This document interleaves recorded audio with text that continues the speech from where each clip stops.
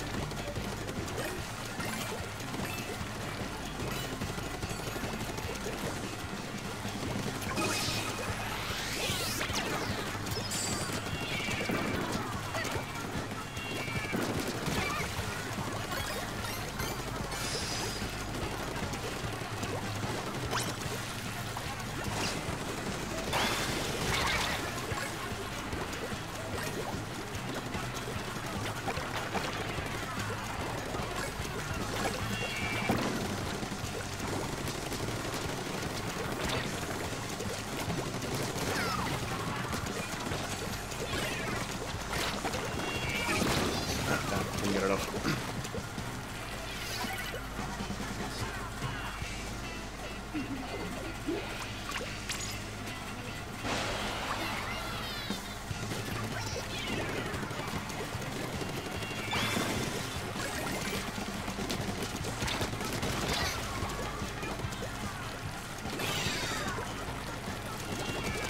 Not that.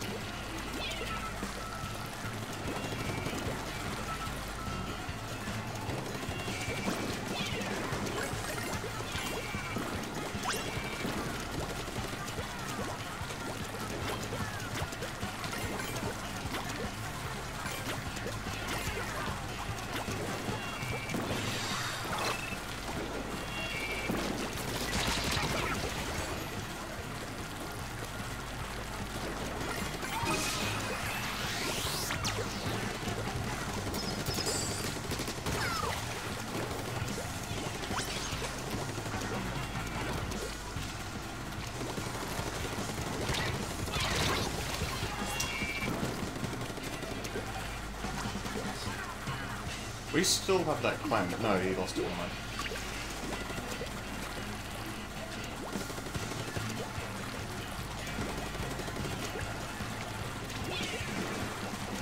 Holy hell, this is a massive clusterfuck, dude.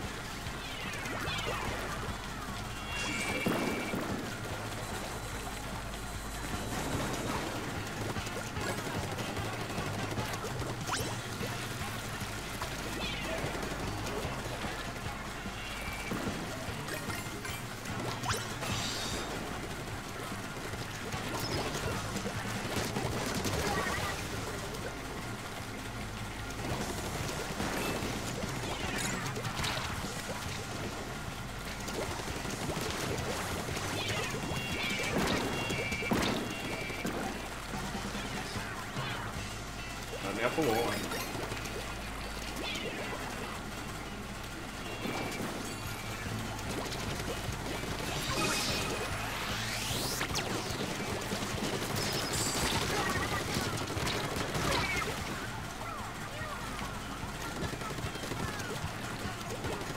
One clam. Okay.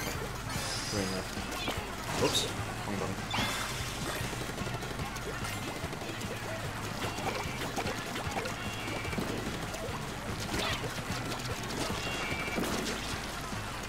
Yeah.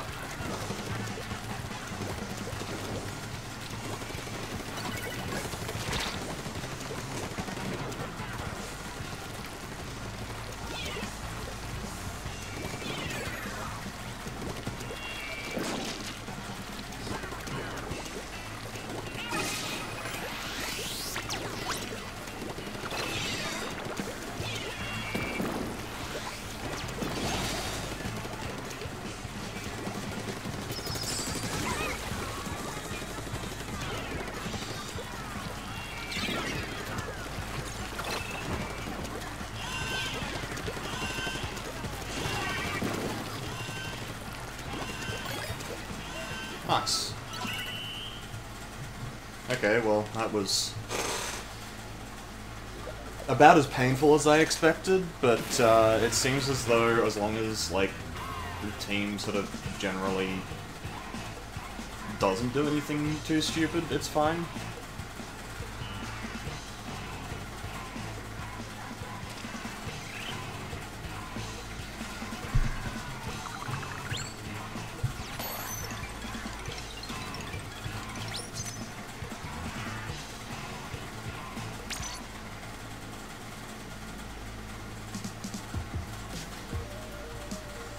What's up, KT and Darkmesh?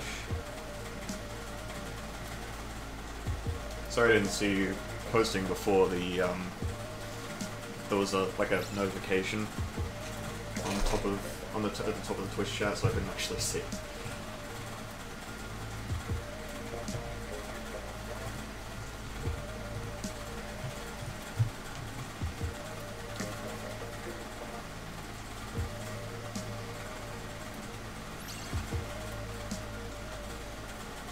Moray on Clam Jam isn't actually too bad. Clam Blitz, I should say. I keep saying Clam Jam because it's sort of what a bunch of us were calling it in Hitzel server, but yeah, Clam Blitz. It doesn't seem too bad on Moray, because like it removes the stupid part of Moray a lot more, and like also the changes to Moray make it not terrible, or not as terrible. It's still terrible, but it's not as terrible.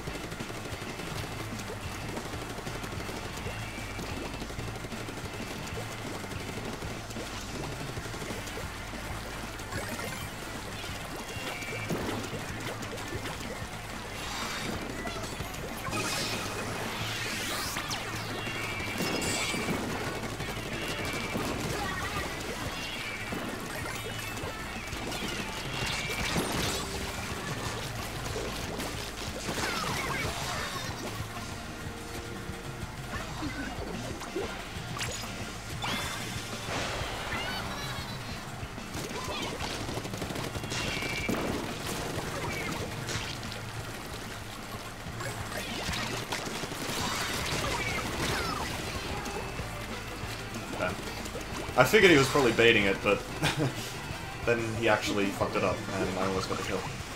I'm not gonna jump.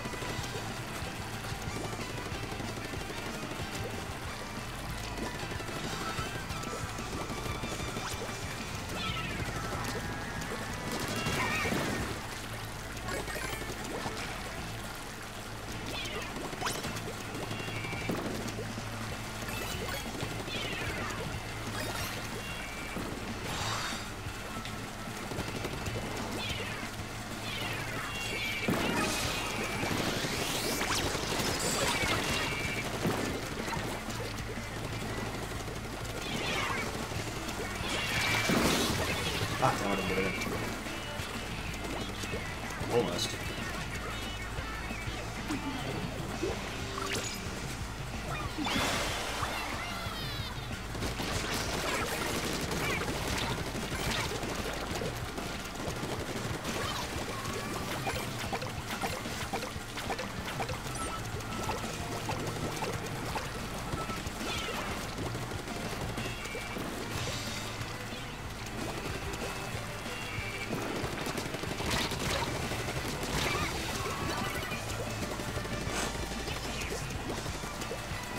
Sublim cards.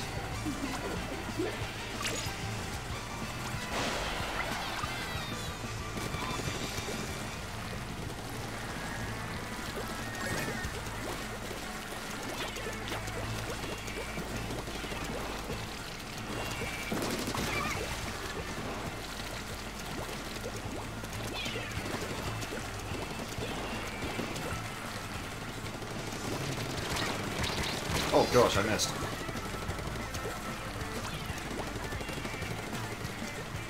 I don't think they have a power clam though. They're gonna get one fairly soon. Okay, nice.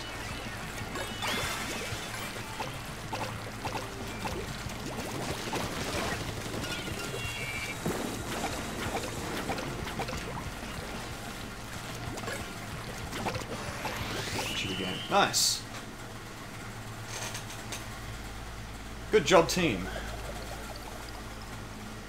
So my strategy for solo queue at the moment is basically give my teammates clams so that we get a power clam, because for the most part it seems like people know what they're doing with the power clam, like they know that they have to take it to the enemy base and throw it at the thing.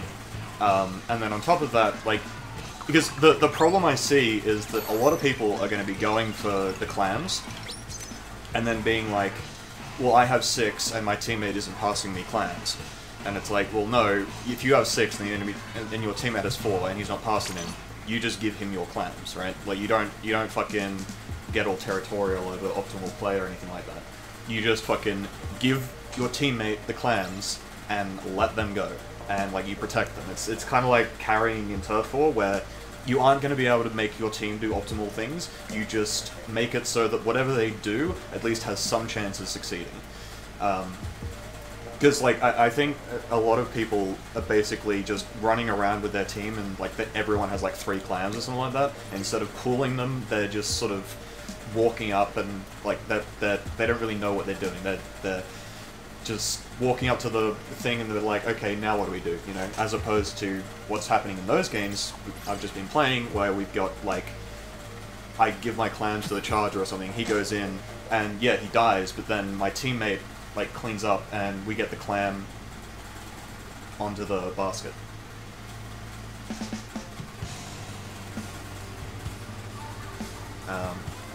So yeah, I think, oh, this one's actually going to be really fucking hard because it's, the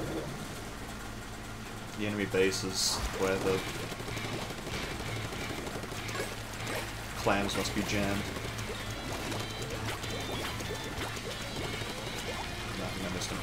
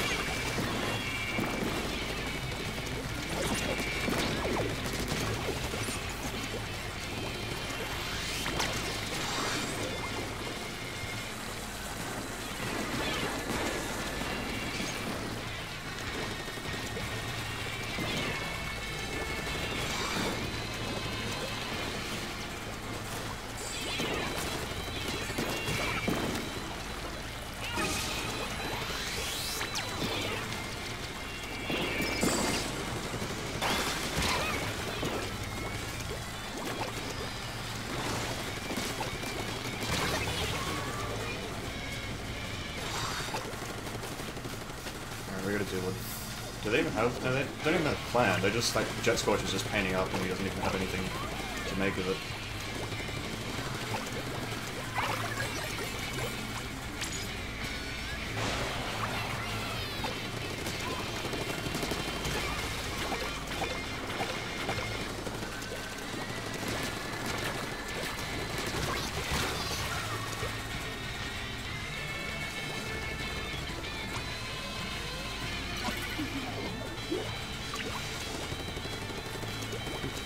to this clam.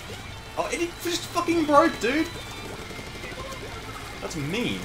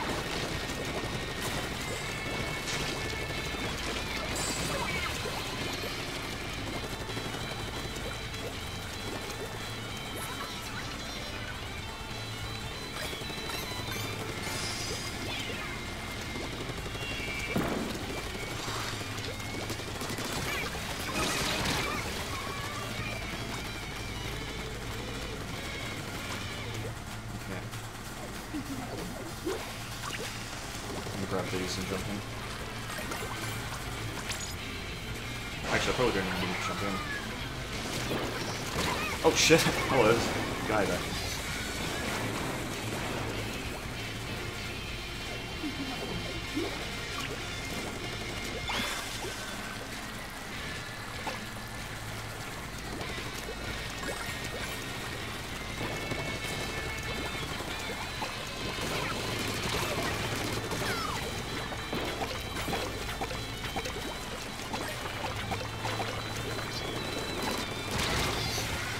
Oh, we need one more clan, dude.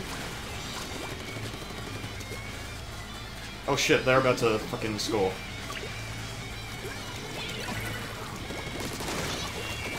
Dude, they missed.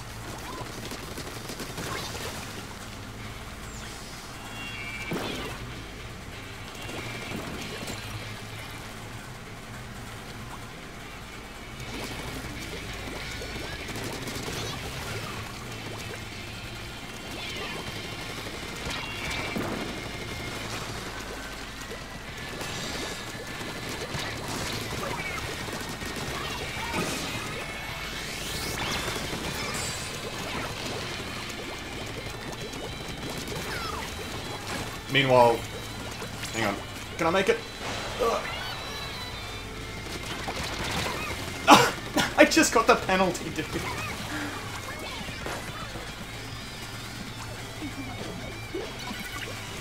Damn, dude. I was so close.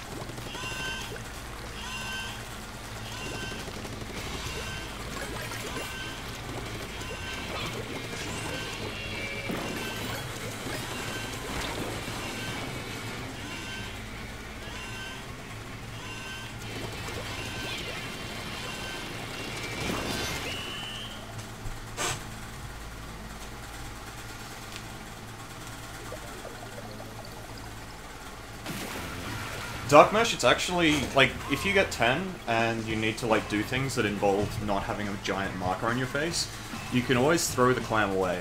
The power clam, that is.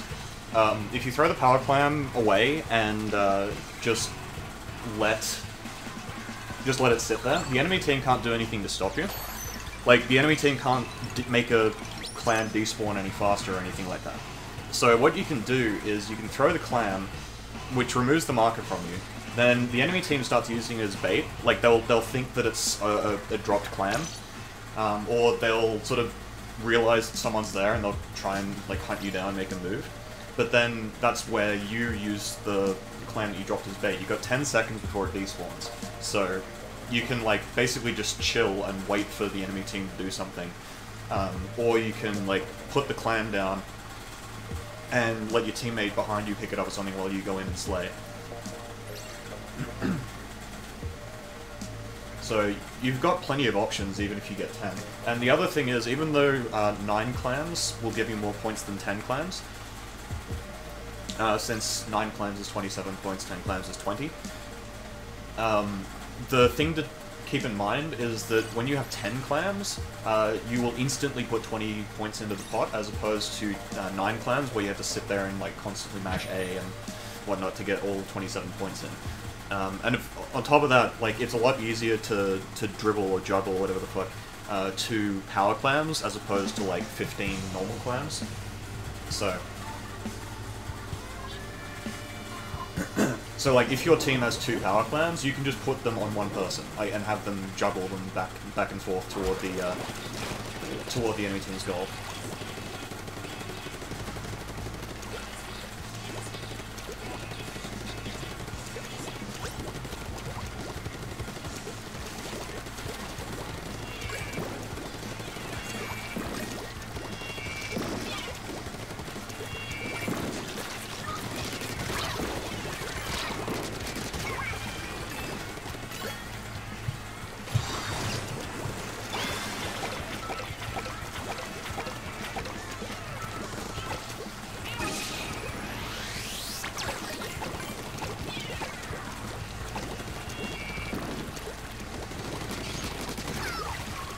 Taking those.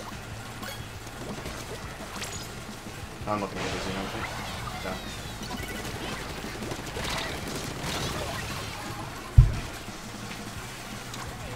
Took a little bit too long getting them.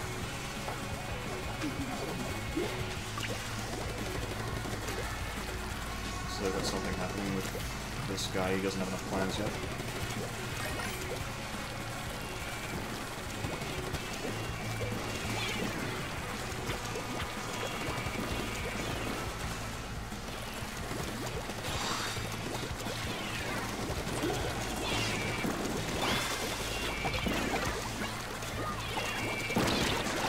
Holy shit, not Octobush. Hello. Okay, they're actually painting up a little bit, so we need to be real careful. Oh, nice.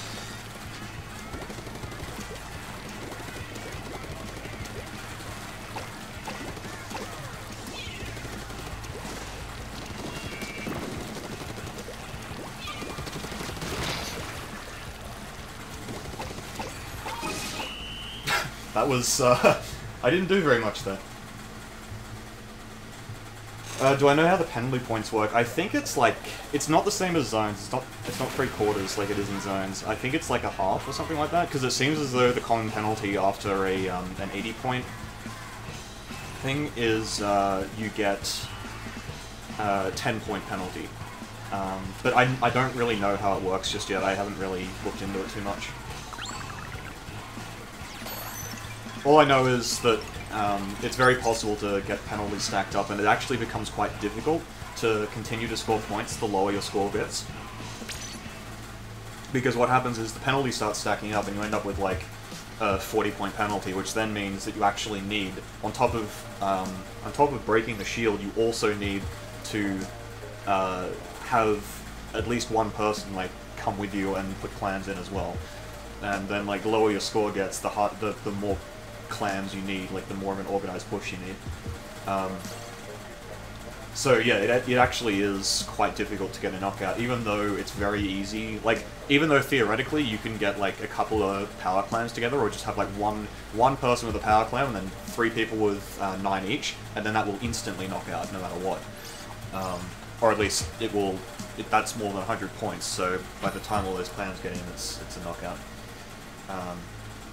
But, like, that's unlikely to ever happen, right? Like, it'll happen at some stage, I'm sure, but it's very unlikely, especially with how few clams actually spawn on the map at any given point. Like, it actually makes more sense to just make a 5th, like, power clam in that situation, rather than trying to go for 4 sets of clams.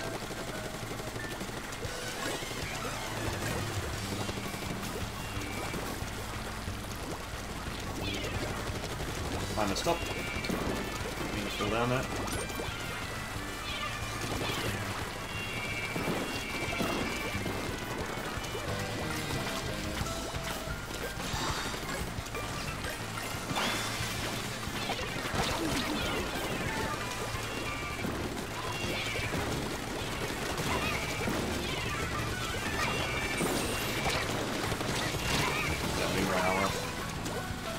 Okay, that wasn't a great push.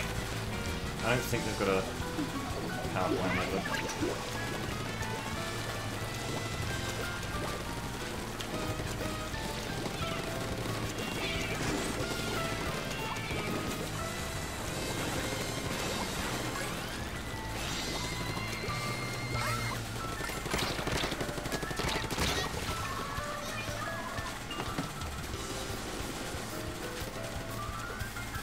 problem.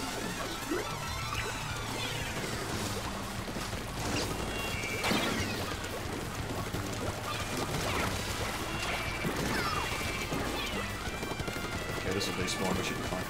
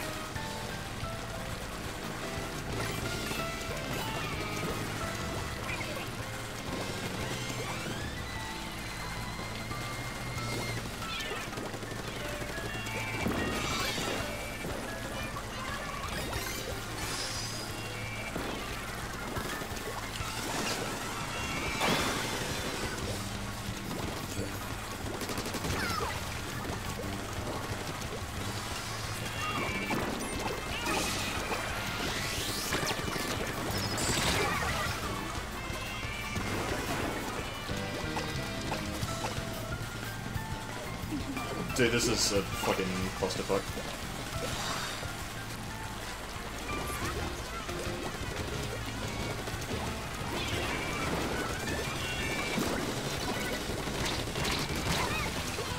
Go team! Dude, they missed. I should be able to jump in. Oh, hang on.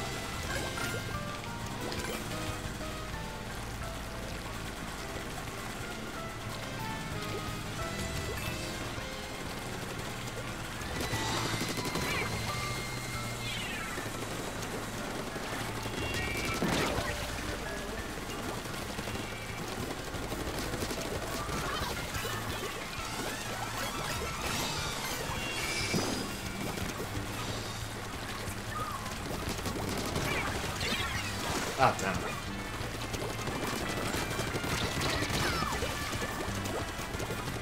That's fine then. Actually, I would have won the game just then, but I think we're winning anyway.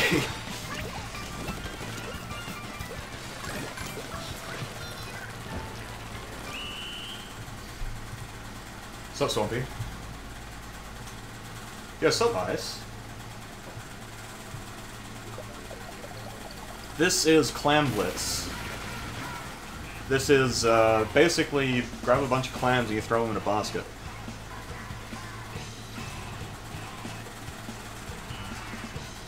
Nice work, Bamboo!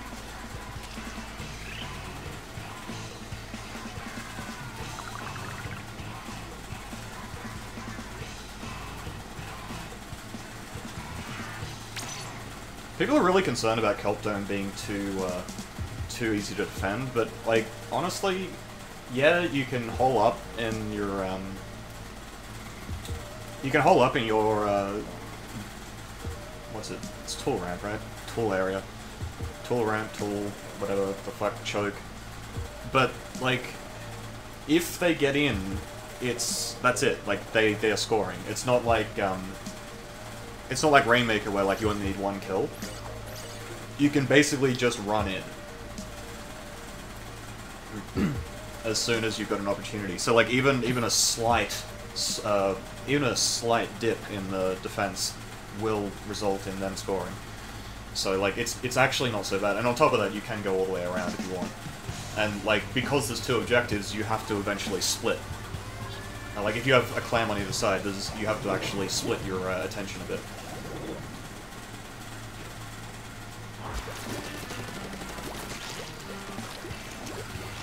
Excuse me? Game? Okay.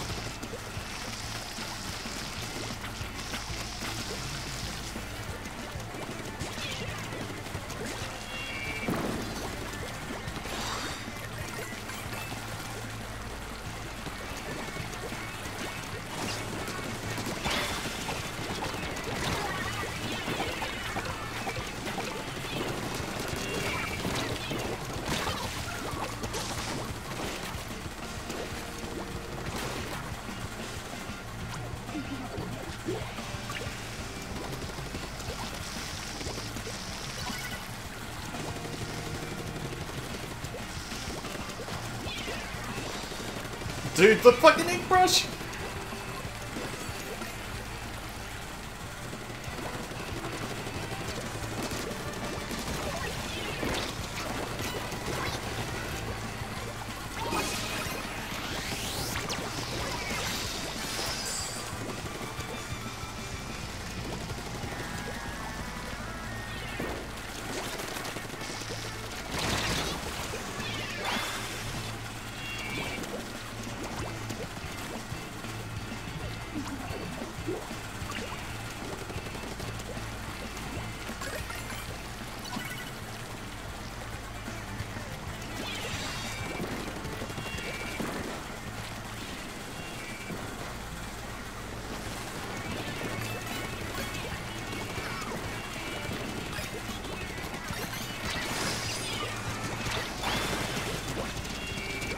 Yeah, I was pretty much dead there.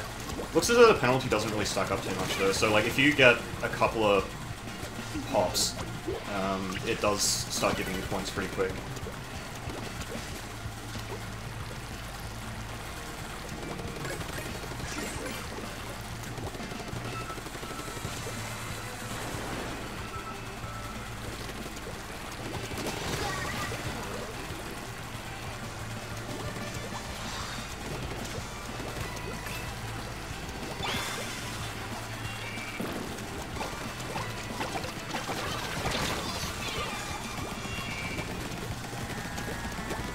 This guy's gonna come in a sec, so we gotta fucking respawn.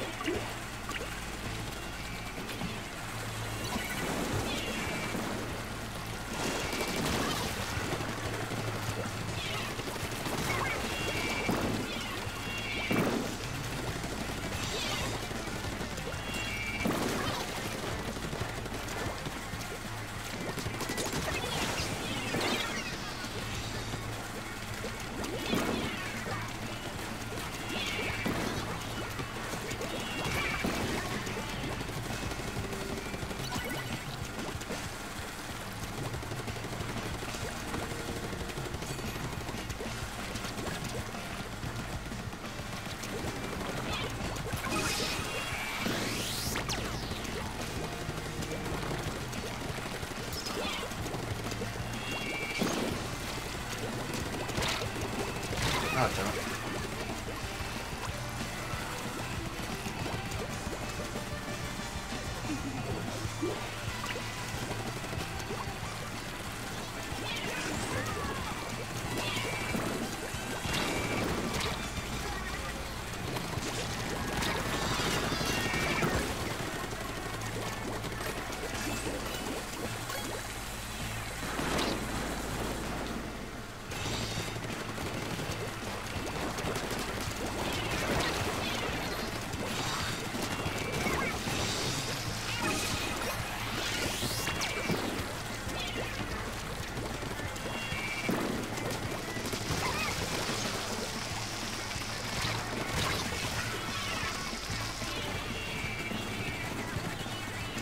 Dude, this fucking...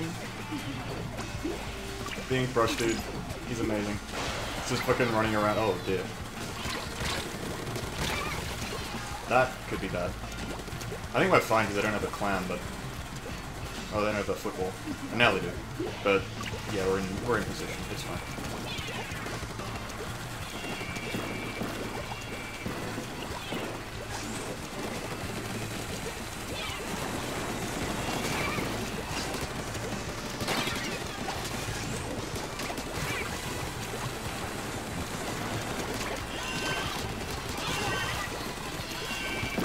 Oh shit.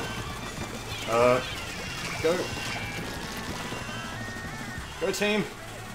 You can do it. Okay.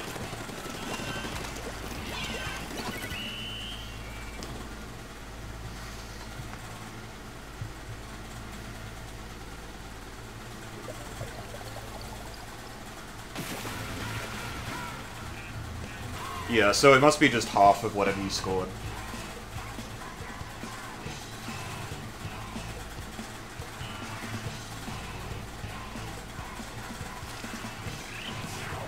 Oh, that helps. Initial thoughts? It's interesting. Oh, good. I just barely got my rank up before the rotation. It's very interesting. Like,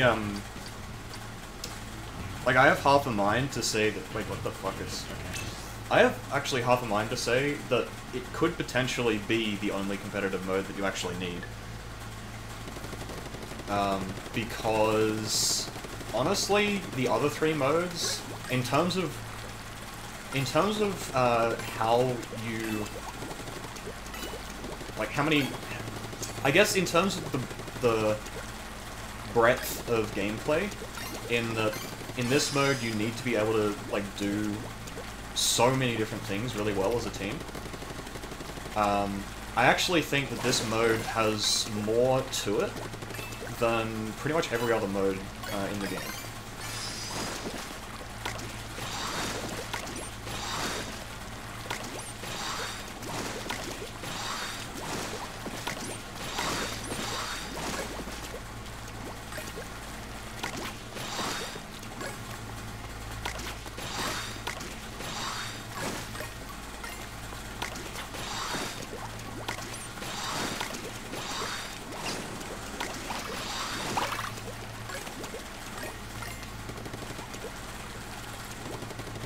So, like, if you compare to, like, Rainmaker, Tower Control, Splat Zones, all that sort of stuff, there's only so much that you need to do to actually have a competent kind of game plan with those maps. And it's like... it's not difficult to be good at those modes, right? It's not difficult to basically just run around the map, do whatever the fuck you want, and then at some point you'll kind of win. Whereas in this mode it feels as though you actually need to have, first of all, a game plan going in. You need to understand even a basic game plan, like, you know, you have to have someone whose job it is to do a certain part of this objective, right? So it's not like if you think to Splat Zones and whatnot. Splat Zones, you don't have a dedicated painter. Right? It's stupid. There's no need to. There's, like, everything else on the team can do just as fine a job at painting by themselves. That you don't need a dedicated painter on Splat Zones. Just like you don't need a dedicated Tower Rider on Tower Control or a Rainmaker Grabber on Rainmaker. In fact, using any of those kinds of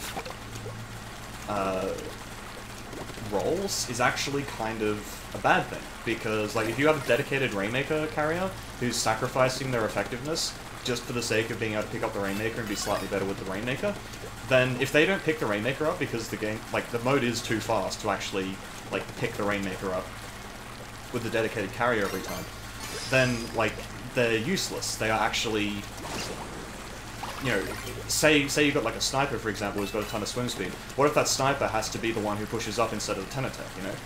And then it's like, well, if you have to sit there and wait for the fucking sniper to get their shit together while the Tenatech's, like, sitting there holding off the Rainmaker or whatever, that's a bad thing. You lost a ton of points by doing that, you know? Whereas with this, you actually do need to have someone going and, like, grabbing Or rather, you need to have someone who is going to, like, be the person who pushes up with the ball, and then, like, someone else maybe going around collecting clams and then pulling them on this, on that person, right? Interesting.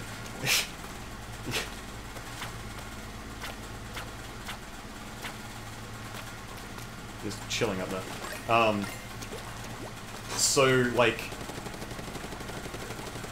taking all that into account, I actually feel as though the way this mode plays out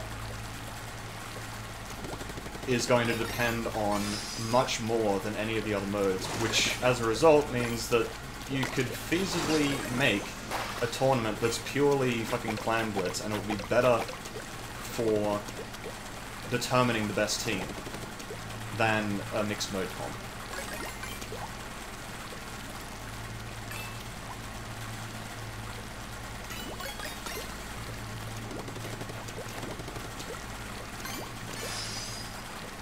What's up, Alzy?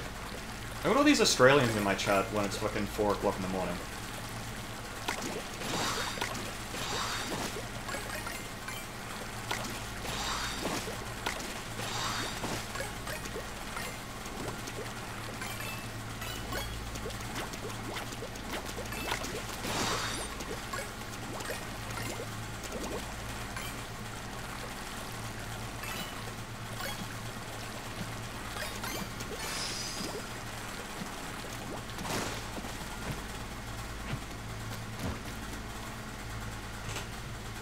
Clanch.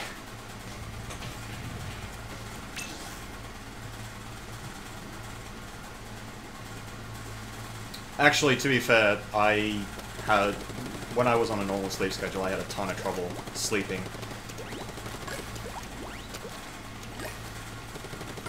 In summer.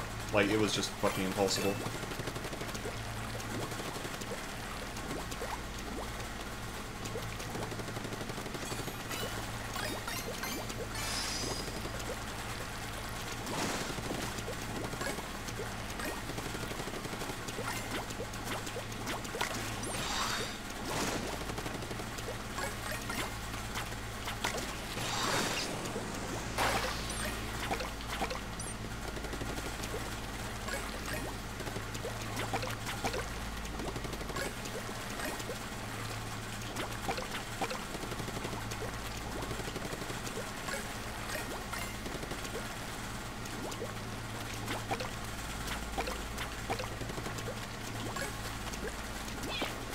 Oops.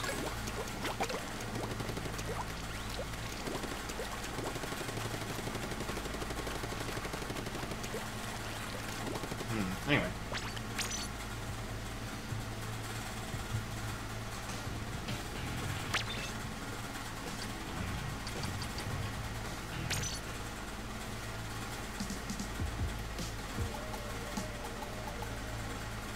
I'm a bit annoyed that these fake contacts are rolled this way. Really hoping for a bunch of special charge. I've been running NZAP lately. 89 specifically. I don't usually run 85 because it's a bit too obvious, you know. it's what everyone else is doing. Also, I'm pressing the fucking triggers to go through the menus instead of the bumpers because I'm been playing Xenoblade and that's what you do in Xenoblade. Oh shit.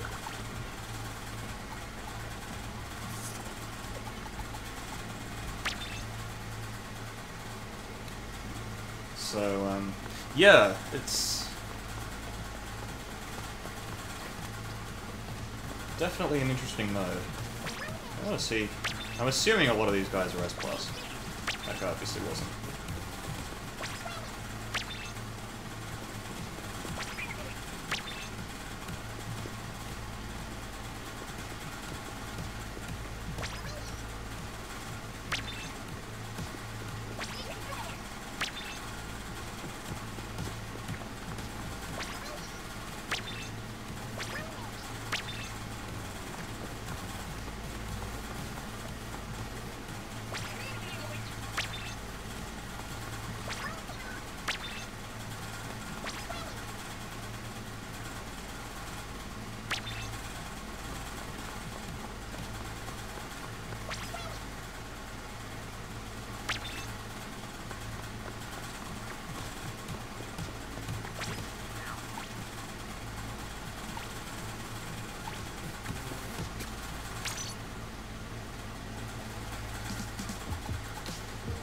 Oh, that's what I was doing.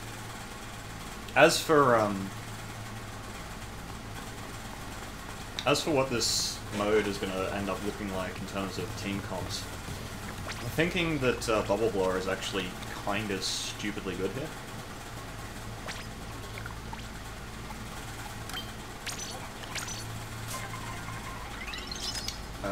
Because it seems as though having that kind of shield available, where you can just sort of throw one up.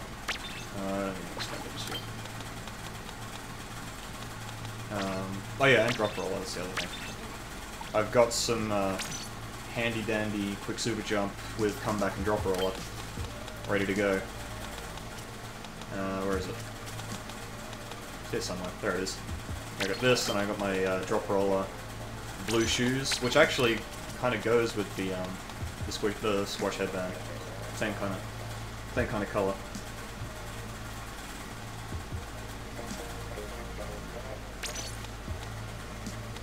Because obviously with super jumping you can get clams around the map really easily as a dedicated clam grabber. And yeah, it's like I can really easily see how, say, an Octobrush with a bunch of swim speed or something could be sort of the defensive kind of shark, and then like when the rest of the team pops the basket, they jump in with the drop roller, and they have like the jet as well.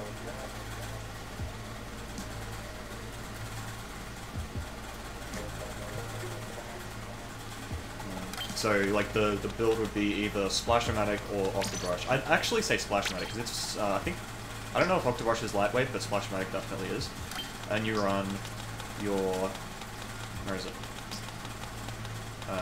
Comeback, drop roller. So you got your drop roller and quick super jump and comeback for like special building and all that, and then you just run like a pure of swim speed, which I don't have on the shirt unfortunately, but you could easily get away with maybe a main's worth and then some special charge or something. Imperious maybe as well. I was thinking Splash-O-Matic because it's really, really quick. Like, I don't think... I'm not sure what is actually lightweight in this game. I've never really made a point of learning. But, like, the thing with Splash-O-Matic as opposed to Imperious is that Splash-O-Matic paints a hell of a lot better. Gets inkjets a lot faster. It also has the Toxic Mist, which I think is going to be pretty damn helpful on a lot of these maps. Especially since, like, information, I think, is going to be a big deal here, because you can easily see situations in which someone, like, I can show it in Recon, you can easily see situations where you've got, say it's Kelp Dome, right, and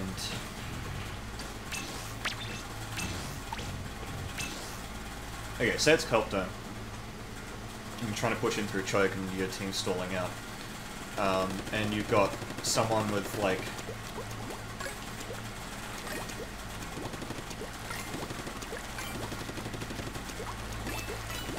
Okay, so yeah, the thing you do... You got... Okay, I've got 8 clans, right? So, say they've painted up all this area. Meanwhile, I'm a Splash-O-Matic, so I can probably throw Toxic Mist, but I don't really, need to. So, the entire enemy team is on the other side of the map, right? I've got 9 clams. So, like, there is basically nothing to indicate that I'm here. So all I need to do is just rush in. There's usually clams in the spawn, especially if you're, being pushed up. So all I need to do is just basically run in. If I can find a fucking clam. It doesn't take too long to respawn, I guess. Well, better yet, I can do it on the other side of the map. I'm gonna try not to pick one of these up. Almost stumbled into one right there. Okay, so, like, enemy teams pushing into our base. I'm just sort of chilling here. There's nothing to say that there is a Splash-O-Matic sitting in a puddle of ink over here. And then, like, the enemy team starts making a move. You just walk over here, do this, and you got a ton of these just sort of chilling around here. Enemy team still can't, like, maybe they're super jumping back at this point. And, like, your team's already in, right? Like, the momentum in this game can change really quickly. And you get into situations like this, and it's all based off one person just like sharking and intentionally not doing anything. That's what happens when you have like a split objective. So having a dedicated defender makes a lot of sense, but at the same time, a better way to deal with that is to make your pushes better on your own, like, to make it so that when they do try to go in, like, they're too slow because your push is actually good enough to stop them. You can't really use the map to find them, though, that's the thing. Is, like, when you've got a power clam, yes, absolutely. You can really easily see that there's someone just chilling with power clam. But if you've got 9 clams, that doesn't actually show up. So, like, that power clam is going to show up for the enemy team, and they're going to know that that's there. But if I have, you know, if I'm just chilling over here with 6 clams, then that doesn't, it's just as though I'm not even there. Like, they would be able to potentially see, like, parts of their map getting taken or whatever. But you gotta remember, you only see clams on the map if you have turf control under them. So, like, if you have a part of the map that's painted in the enemy team's color, then you aren't going to know that they're taking clams from that area. And on top of that, like, there's 20 fucking clams in the enemy spawn right now. Oh, whoops. So, it's simply a matter, like, there is, by the time you, as long as you don't jump the gun like that, by the time you actually notice that there's someone in your base putting clams in, like, they've already got a power ball, and, power clam rather, and 7 small clams in, so that's 41 points, like, right there. And yeah, that's what I was meaning before by, like, this mode requires more from the team than all the other modes. Is you actually need to have good turf control, like you're playing Turf War. You need to have, and like, good and thorough turf control, I should say.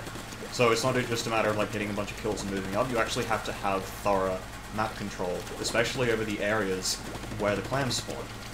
Then on top of that, you also need to be able to, like, hold a defensive line for a long time, and you need to be able to put together, like, an actual push, like a free-form push, like in Rainmaker.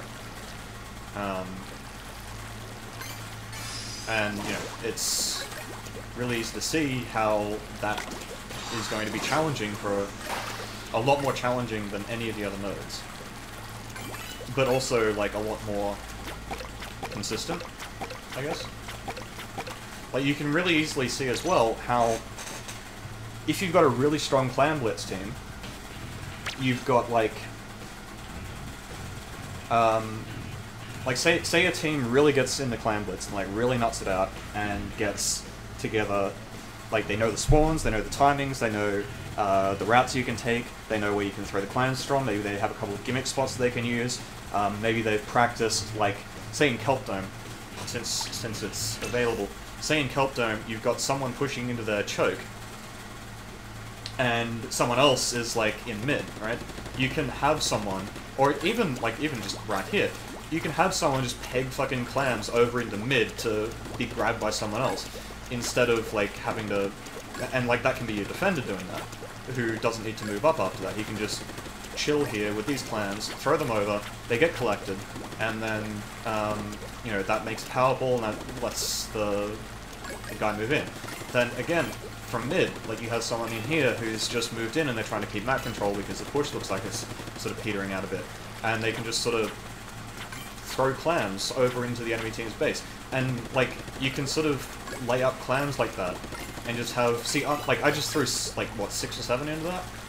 Here's another 9, like, I'm not giving up map control in mid by doing this. There's no, like, I'm still paying attention to, you know, this flank path, and maybe I've got my map open while I'm throwing them so I can see that someone's going through tree. All the while, my team is, like, putting clams into the basket, right? So you can really easily see how a very organized team can have these kinds of setups going, where they have a way of, like, getting as many points as possible off a single push, and they're also, like, quite good defensively, to the point where there's almost no chance that a team that doesn't put in the same amount of preparation is ever going to beat them. Whereas, like, with Splat Zones especially, as well as Rainmaker to a degree, and, like, Tower Control to a lesser extent, now, quick Super Jump, sorry, Stealth Jump and quick Respawner Gun. Those modes can always be sort of cheesed, I guess. Like, with Splat Zones, once you've lost control, or rather, once you've got control, it's really easy to keep it. So, like, even if you aren't as good at taking control, if you happen to, like, fluke an entry or something that happens to result in you taking the lead, then it's, like, that's something that, like, the enemy team, even if they're better than you at Splat Zones, might not necessarily be able to deal with, right? So...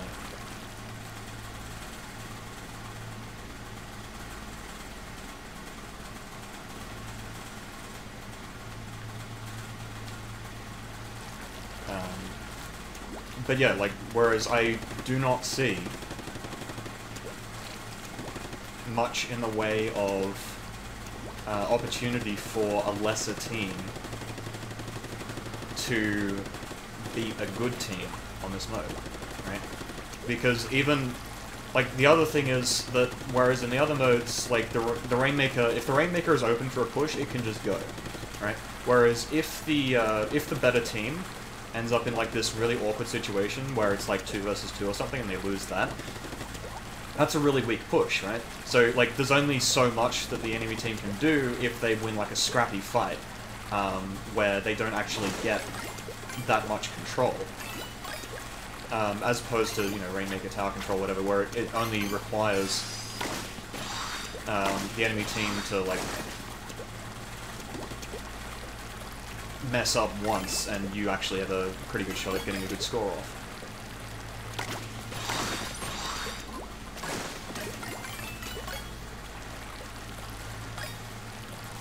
No, there's no more clams. Oh, there's one.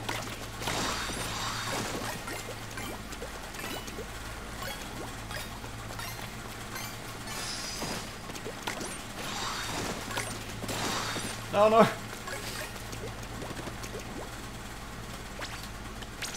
What does the community think about it? I think it's generally a positive reaction, actually. Seems as though most people can see that it's, like, really fun in squads, but it's just not quite so good in solo, where it's, like, an absolute clusterfuck.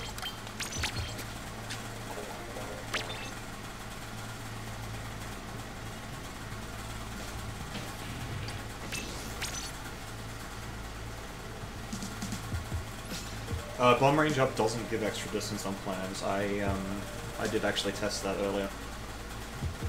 Not on stream, mind you, but we did test it.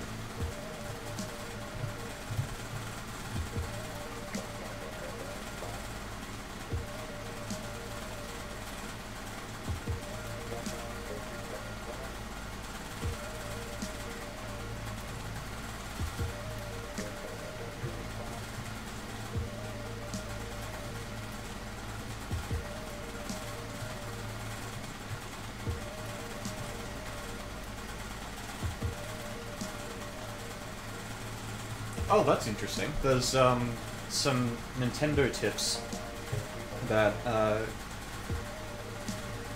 Clam Jam, where that detail the special advantage.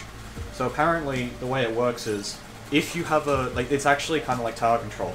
If you have a clam, a power clam, if your team has a power clam, you have special advantage. Also, if neither team has a power clam, the winning team actually has special advantage. It's not like, so yeah, it's like Tower Control where the winning team actually ends up with the advantage. So that's kind of cool.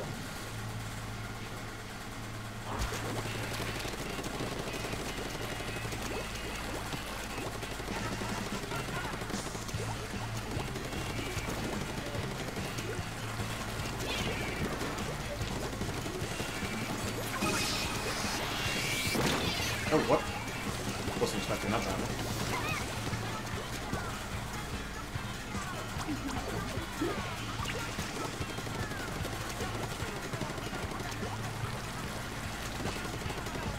It's like everyone's playing used to playing Clam Blitz, so they don't know how to play the old modes anymore.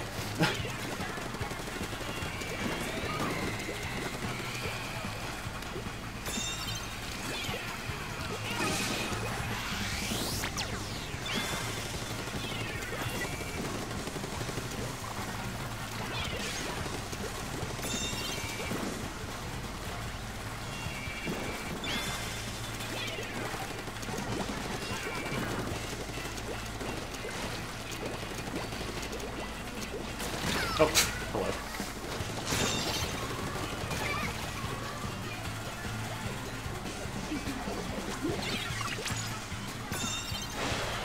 I get the impression that the enemy team is kind of losing.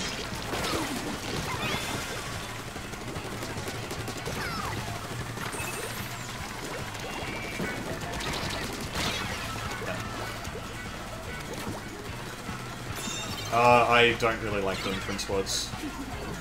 And by don't really like, I mean I have done them like twice, and I have fucking hated every minute of it.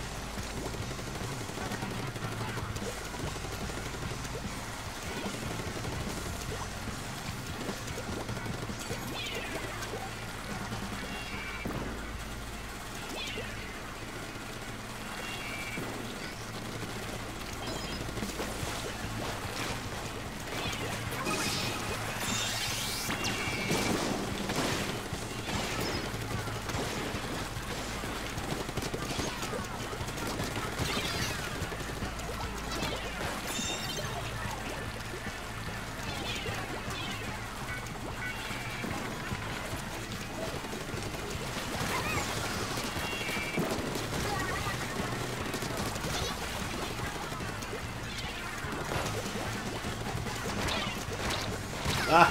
Right.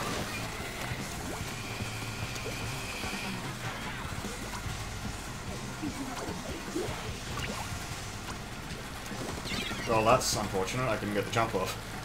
Would have literally won the game if I'd landed.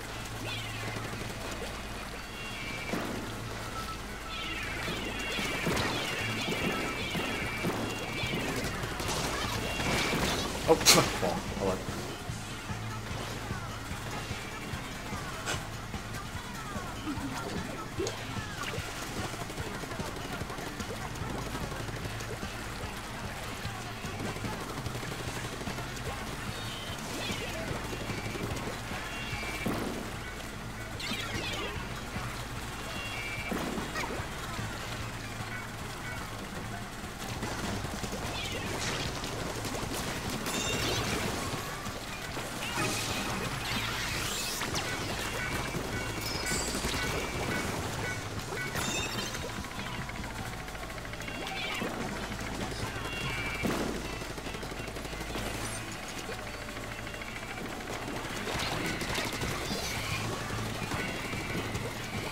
That was not the right time to shark me right there, dude.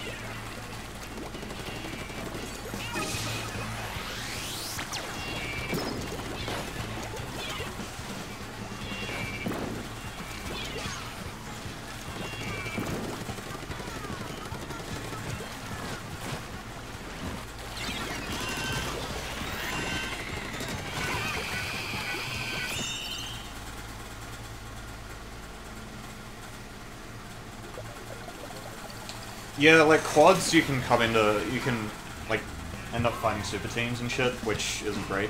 But, like, for me, I'm usually quadding with people who I can reliably play against, like, anyone and win, you know? Like, there'll always be people, like, there'll always... Like, okay, so usually I squad with, like, Hitzel, for example, and co. And, like, short of running into fucking Saikai when they're tryharding or something like that, we can usually take games off everyone. And, you know, when I was playing with Imperious, like, it was easy enough to see how, like, we'd go into Japanese squads, and because there were so many, we'd usually get good matches, and, like, even if we got completely stomped, it would be, like, it wouldn't be so bad, because there's always teams that we can have good games against. But like if you're sort of not up to that level, I can also see how quads would be a bit shit, and twins would be better because like you're sort of more used to having kind of even games, I guess. Whereas twins for me is just really shit because it's like, you know, you kind of want to actually put effort into, or put a concerted effort into winning as opposed to just learning, like in solo queue or whatever. And it always feels as though you've got, you know, you're fighting against the team generator a bit. Or on top of that, solo queue, like if you get a bad player on your team, it's whatever, right? It's one person on the team. A lot of the time you can still do just fine. Whereas with twins, it's like there aren't enough lower ranked teams to actually fill out the lower ranked squads. So you end up with like the occasional B ranked team who just gets into a lobby and it's just stupid, like it's a waste of time.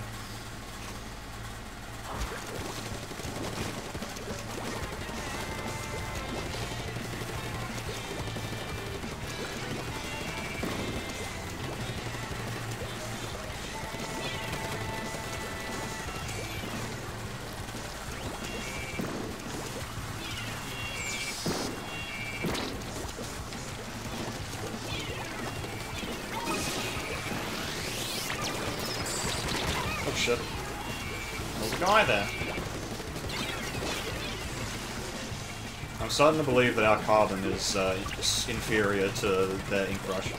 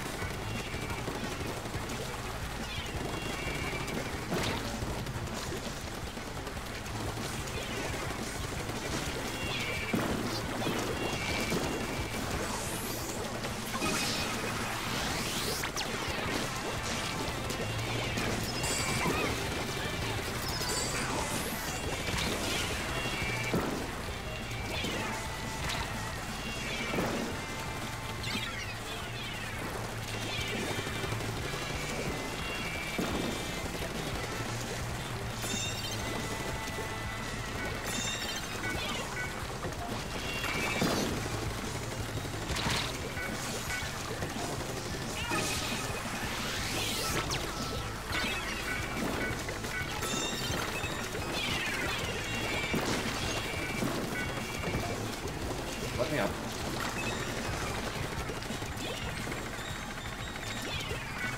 Oh my gosh.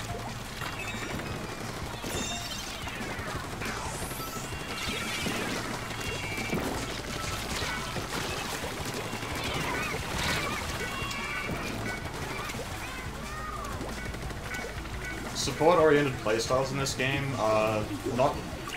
It's not that they don't have value, it's that they're misunderstood. People don't know what support actually means, so they think that support means like playing this kind of passive defensive playstyle, but that doesn't work in this game. What support actually is sort of clearing the way to make it so that the things on your team that are good when they're in a certain situation are constantly in that situation.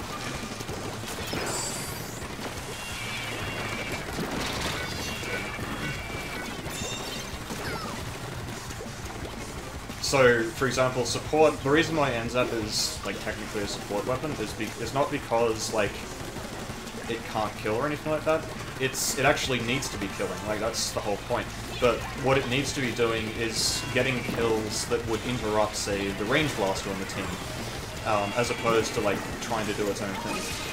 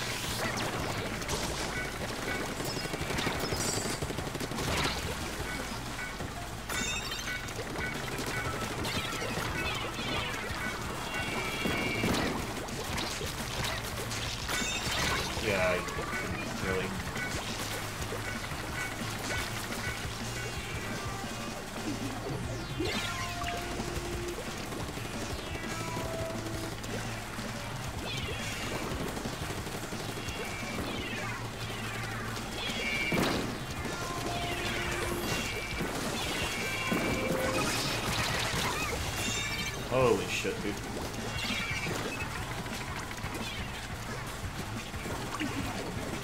I'm almost willing to bet that the carbon roller on our team is about to go like 0 and 20.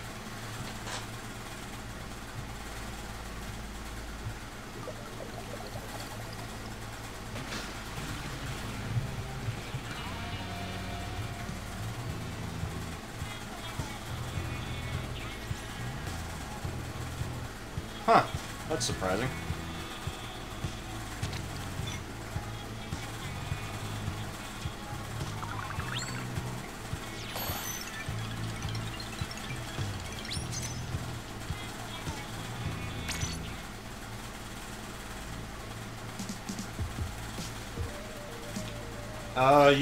I mean, I don't agree with your premise in that case. Personality doesn't really determine playstyle.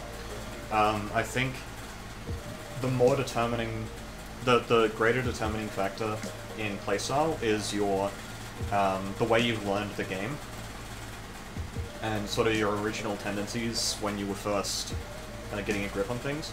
So, for example, a lot of people take defensive playstyles when that's sort of like the initial, I guess the introduction into a defensive playstyle is playing a defensive playstyle in solo, and like, or rather,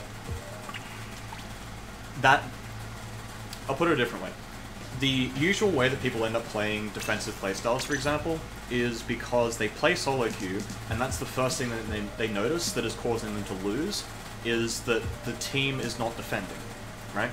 So, for example, let's say you've got a B rank who's in tower control using like Tenetoke or something like that. They notice that whenever the enemy team starts pushing, it feels as though it just, everything falls apart, and the team just goes in and feeds, or maybe they get backdoored by a Rainmaker. Like, it feels as though there's no solid anchor on their team. Alternatively, maybe they are used to another game, or maybe there's some like common sense kind of thing they've picked up over the years of like, you know, you need to defend in this situation or whatever. Like, they make an analogy toward, say, football or tennis or something like that, or basketball, where, you know, there's got to be a defensive line or there's got to be an attacking line or whatever. And so they take what they've learned from other things and apply it to Splatoon, sometimes in a bit of an erroneous fashion. And that is usually what ends up making people pick a certain playstyle. So, to a degree it is personality, but personality in the sense of, like, it having already determined what your interests were before Splatoon, if that makes any sense. So, like, your personality determines the interests that then later tell you what your playstyle is going to be like. Oh, this is unfortunate.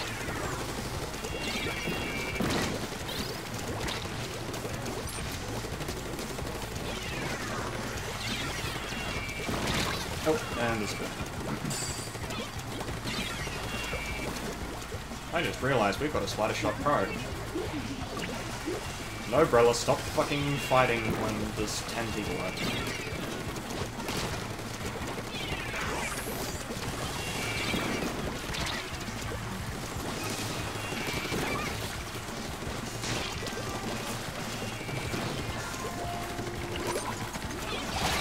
Yeah. Okay, we should be able to kind of clean this up, maybe?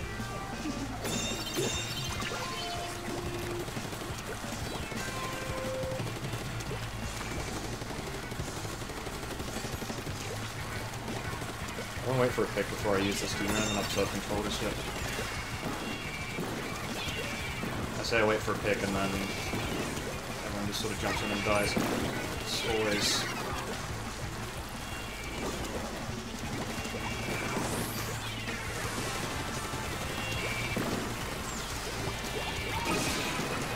I don't have a choice.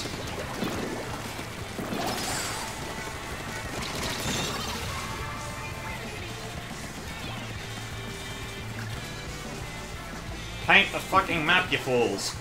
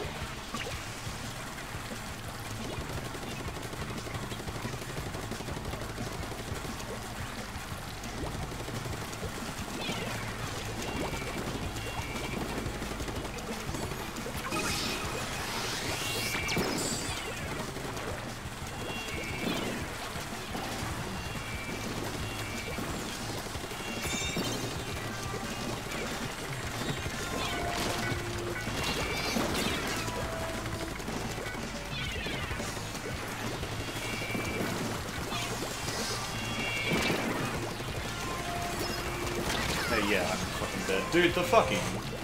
Holy shit. This team comp is so fucking bad.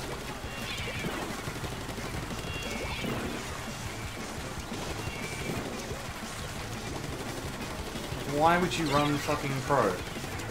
Why would you even do it?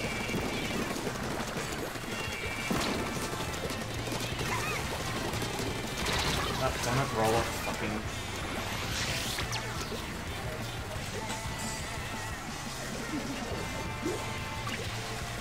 Just because it's got pro in the name doesn't mean it... Oh my gosh. This roller is in our fucking base now.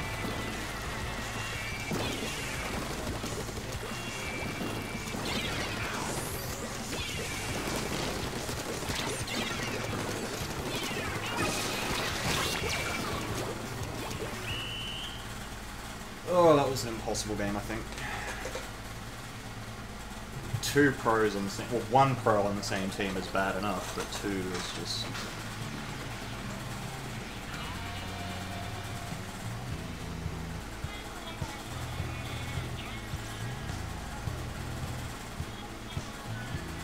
Youch.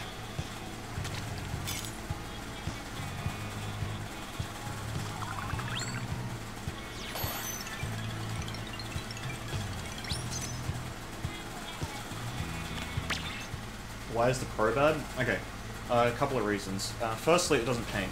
So, whenever you run it, you are locking yourself into another weapon that does paint.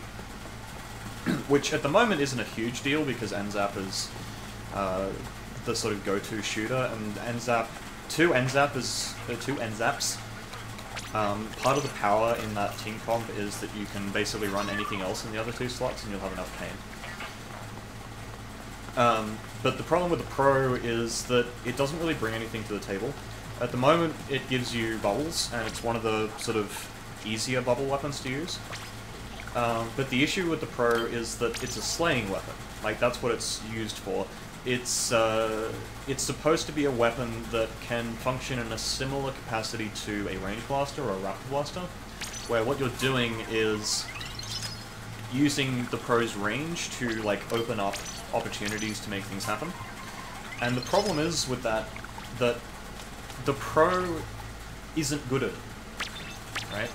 Like, before it was a case of, like, and this is still the case, it doesn't really do anything in particular very well. It still doesn't. Like, it has the instant fucking, you know, faster than a charger shot bullets, but that's not enough, right? Like, that just makes it easier to use, it doesn't make it better.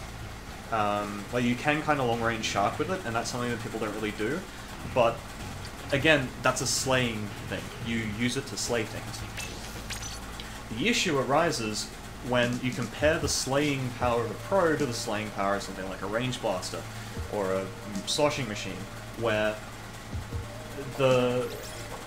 what happens is the sloshing machine and the range blaster and all that can, like, kill around corners, or they can, like, they don't have to worry about, like, actually having a bead on the enemy player. They can kind of guess. Chargers can one-shot things. Rollers can one-shot things. Things like, what's it? Things like the Brella. It's not a slaying weapon, but, like, the Brella can, like, walk up to people and, like, with the umbrella out and not die, and then, like, they turn around and fucking shoot them. Like, that's the sort of thing that allows...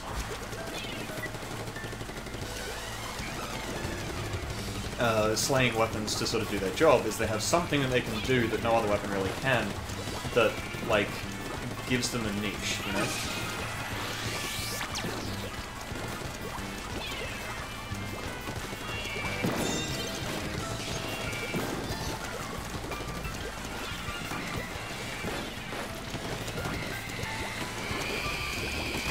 Dude, holy shit. Oh, the ninja squid, right, okay.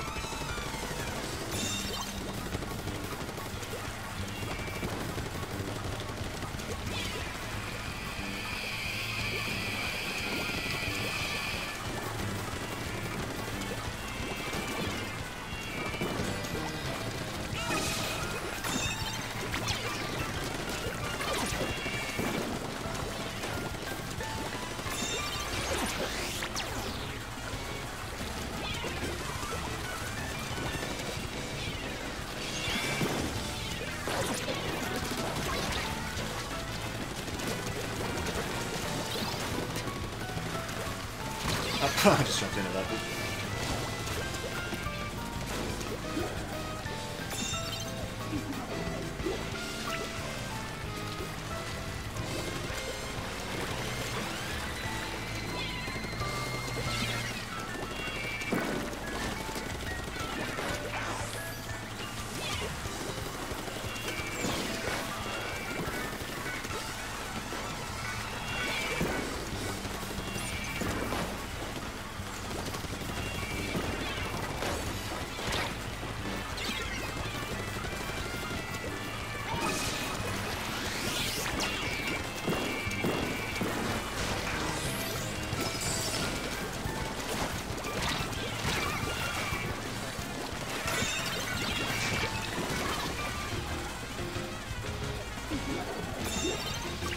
I used to have controversial opinions. I mean, they were only controversial because everyone else was wrong. Like, but now actually people have a decent grip on the game, so it's like, oh, right. Now what I'm saying aligns with reality, or with what other people are saying, because what they're saying actually aligns with the way the game is. Oh, what the fuck?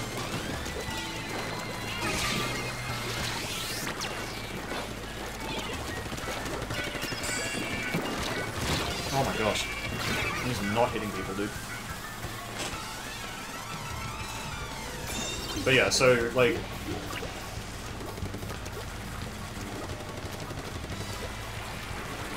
the reason dude uses the pro is because he just fucking uses whatever he wants. Like...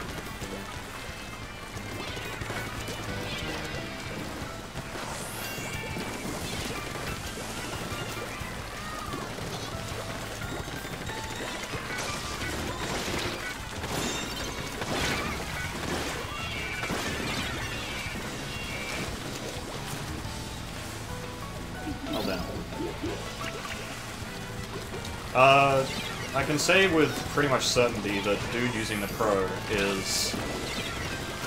like, or dude winning with the pro is in spite of his weapon rather than because of it.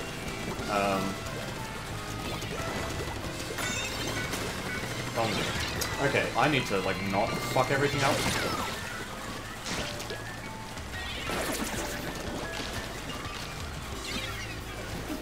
Okay, Ninja Squid makes you invisible when you're swimming, not when you're fucking walking. That's...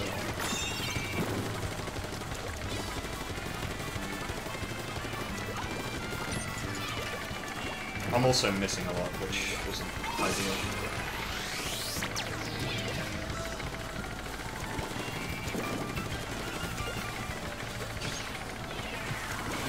Oh my...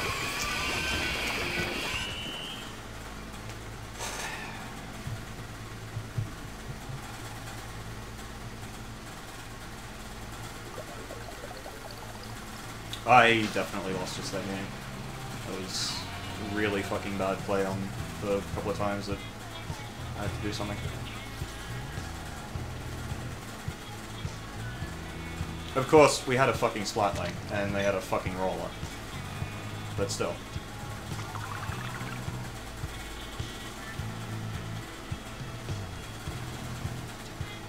Like, you gotta understand about the stuff that I'm talking about, like, when I say pro is bad, or fucking Octorosh is bad, or whatever, I'm not saying that you can't use them and do well. What I'm saying is that, this has always been the case, mind you, that when I'm talking about something being good or bad, it's in the context of, like, an actual high-level, tournament game or something like that. Like, if I'm talking about the pro in the context of Team Olive beating up a couple of fucking C-rank looty teams, then obviously the pro is going to work just fine, as would any other weapon, because the level of competition in those games is so much lower than what would be necessary to exploit the pro's weaknesses.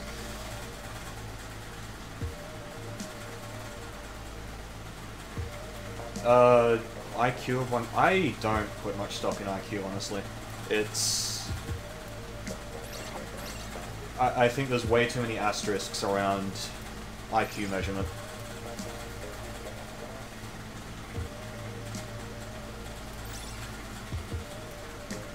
Like, I would say that a lot of the players who are very good at Splatoon... Like, okay, competence in, like, Splatoon is going to involve mechanical skill as much as anything else. That you don't have to be particularly smart to be able to, like, do what your captain tells you and, like, run in at the right times and hit shots. Like, you don't...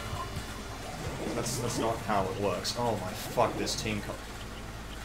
Okay, well, I think we're screwed again, because I'm our closest range weapon, and I'm not using this weapon because I'm good at fucking rushing things.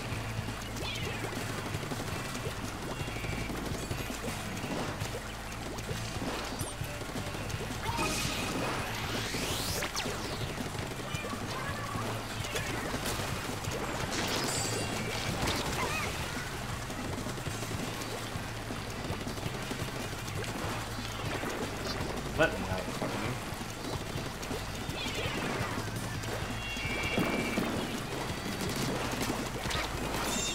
Oh my... What sort of deal is that? That's also why I don't like using NZAP for very much, is because it's not a particularly good weapon for dueling things. You have to hit people 4 times instead of 3, and that's not great.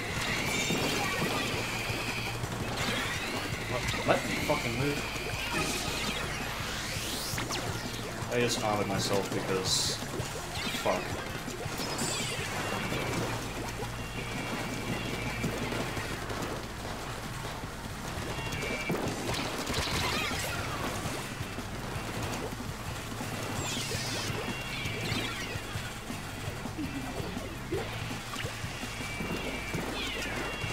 Oh.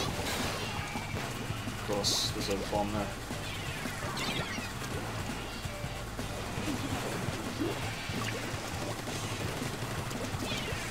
Don't you love seeing rollers flick in the middle of the splashdown? Isn't it fantastic?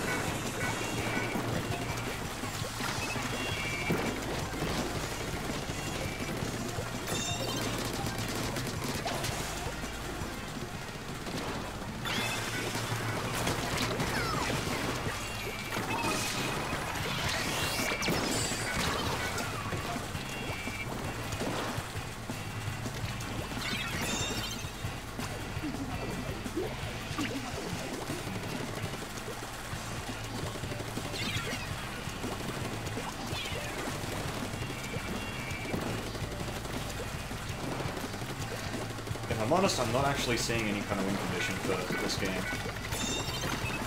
Like, I don't actually think there's any way we can win this. Because it's all contingent on me somehow managing to get into their base with the fucking sniper riding the tower. And, like, I'm the only person who can do anything close up. My main passion for this...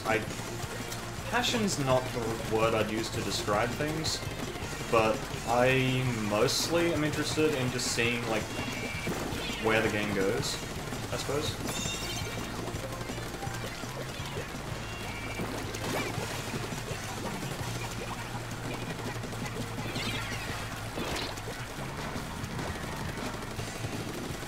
Things out.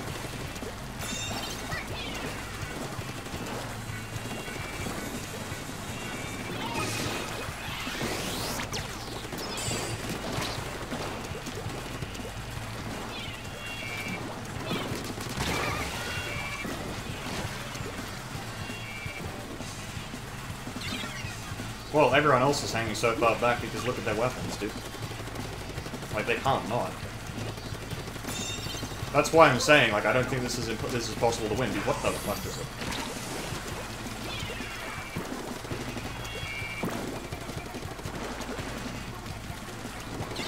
But he's still here.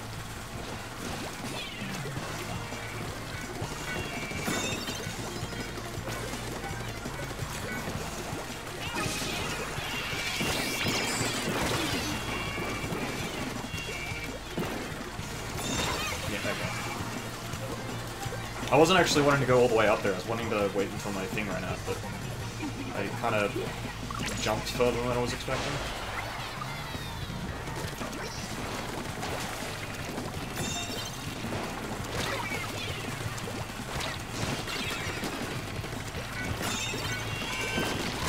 Well, please.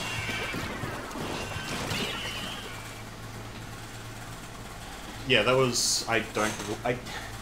Okay, so the win condition for that was I needed to get armor for myself, move in, have the pro follow me, have the charger on the tower, have the Hydra up top.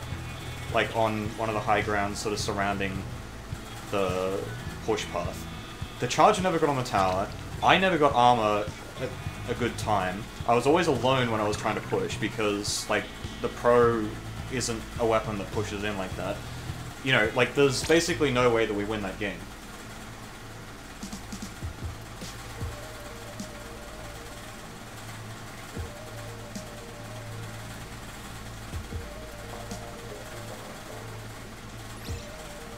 And, like, there's no way we stop them from pushing past 70 over 5 minutes because they have a fucking splat roller.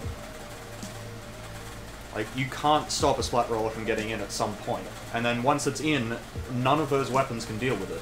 Even I can't really deal with it because my aim isn't fantastic, especially against people who are swimming, and I've got a fucking N-zap, so, like, he's got stacked swim speed, I have to hit him 4 times. What the fuck am I supposed to do? You know? Like, that's... I'm not worried about, like, losing that game. That's what I'm saying, is, like, there was basically no way of winning that, so I'm not concerned about it. But at the same time, it's a little bit tiring to get those kinds of team comps.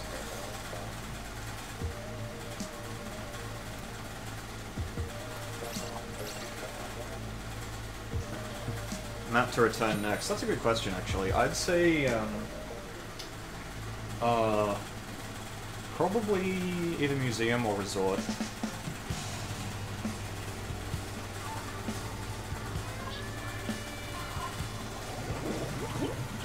Now we got fucking 3 N-zaps, okay.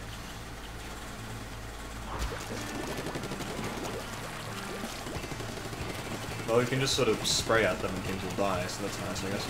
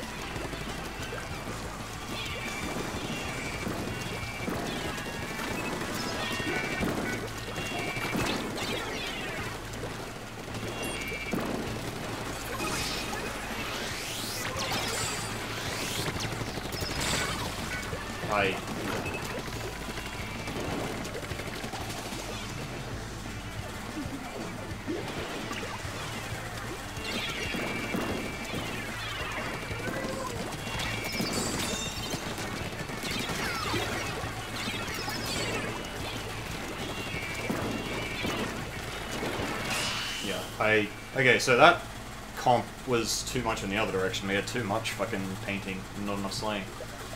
I don't know. I shouldn't be using ends up in a TC rotation because I'm not very good with it yet. But it's still bloody annoying to get these kinds of team comps that, like, just don't function.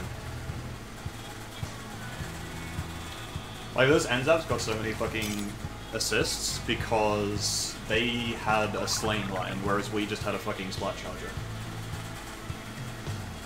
The ends up is not a good frontline weapon. It is not good at killing things. It is not good at taking fights. It loses to pretty much every other, like, close range kind of weapon in the game. So, it's, yeah, that was kind of dumb. But, it's, you know.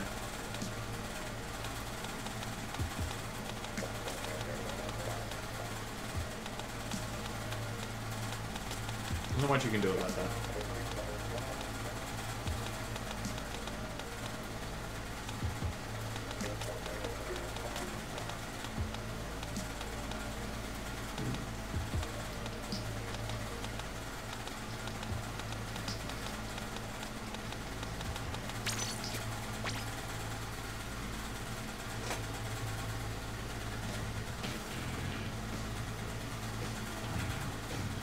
I think a lot of people are interested in seeing Salt Spray because they have a lot of potential for improvement there. Like, they could change it in a lot of different ways that would make it less terrible.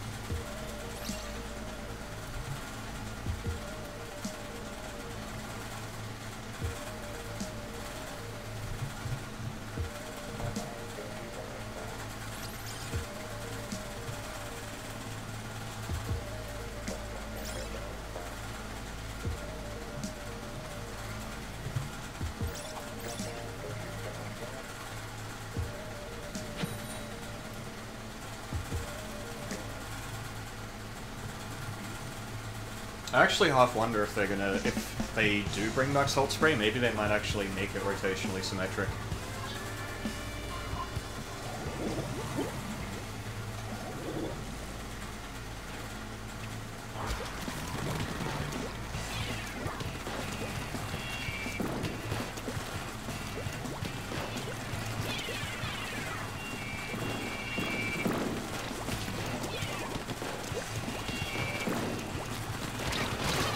Oh, I didn't get the direct? Okay. Well, the rest of the team just fucking destroyed them, so that's nice. Are the Jet Scorchers any good? No, they don't. The same problem as the Crow to a degree, except actually to a degree. To an even greater degree.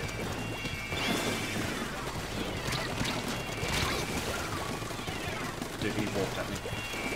And he walked at that guy too.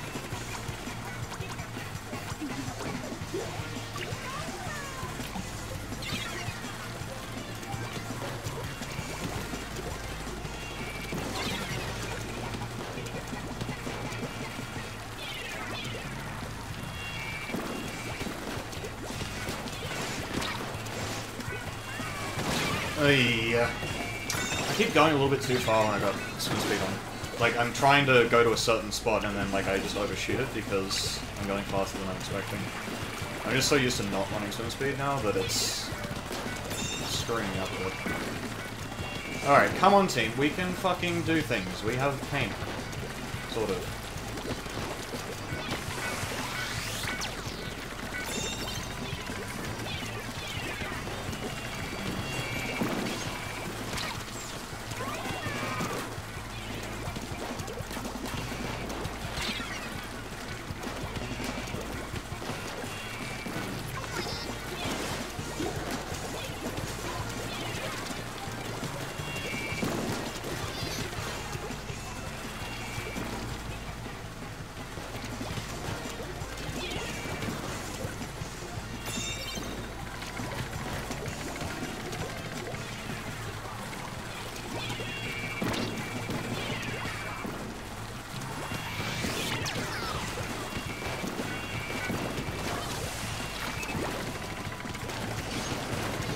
Okay.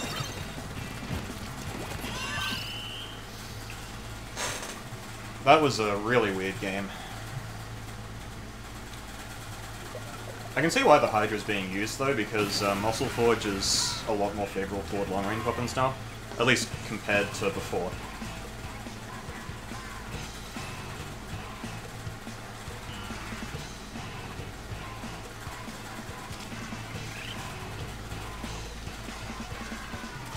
All the crap in the middle that used to stop you from doing anything as a long-range weapon was gone.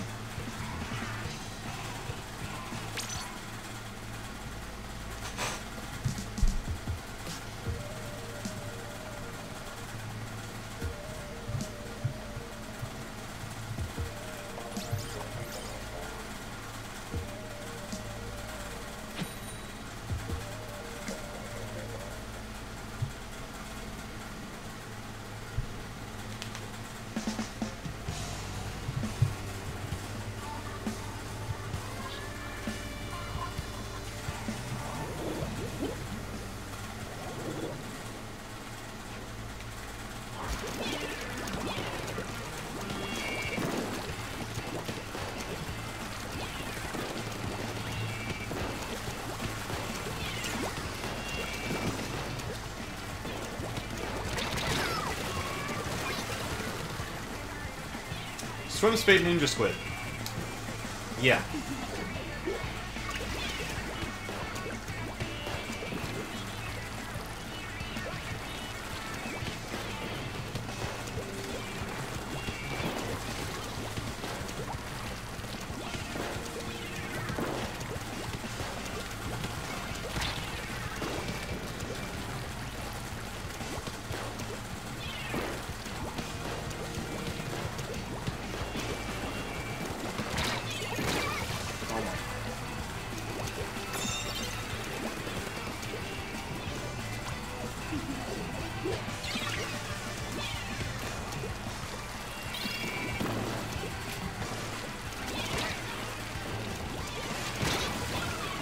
Inkjet, fuck off, dude.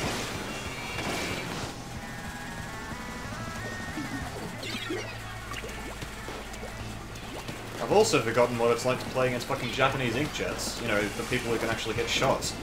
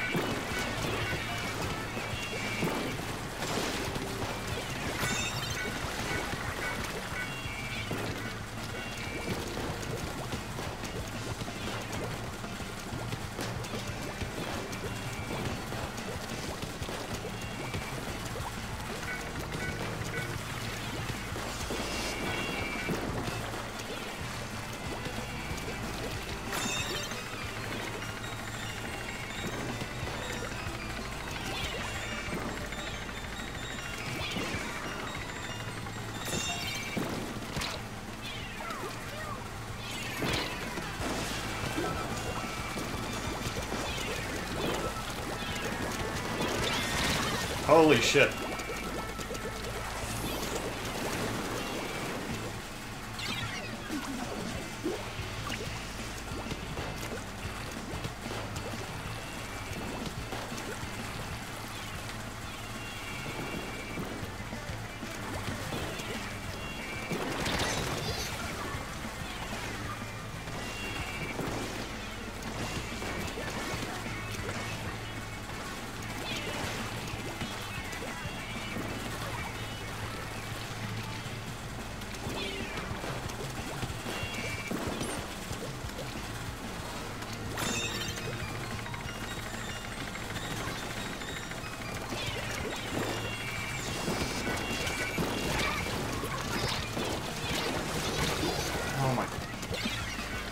Fucking splatter shots, dude.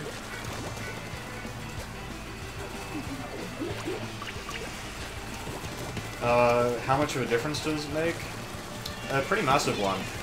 America's categorically terrible at this game, whereas Japan actually has some good players. And Europe is like dead and bad, so...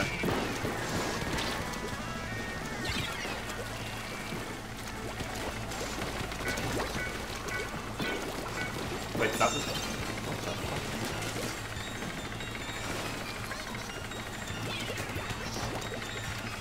Paint, team! Paint! Forwards!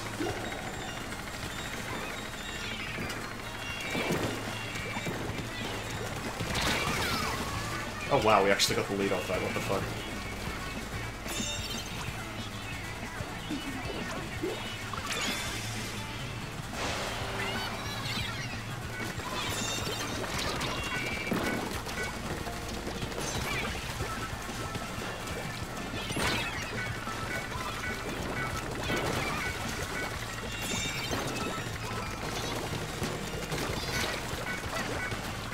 Okay, yeah.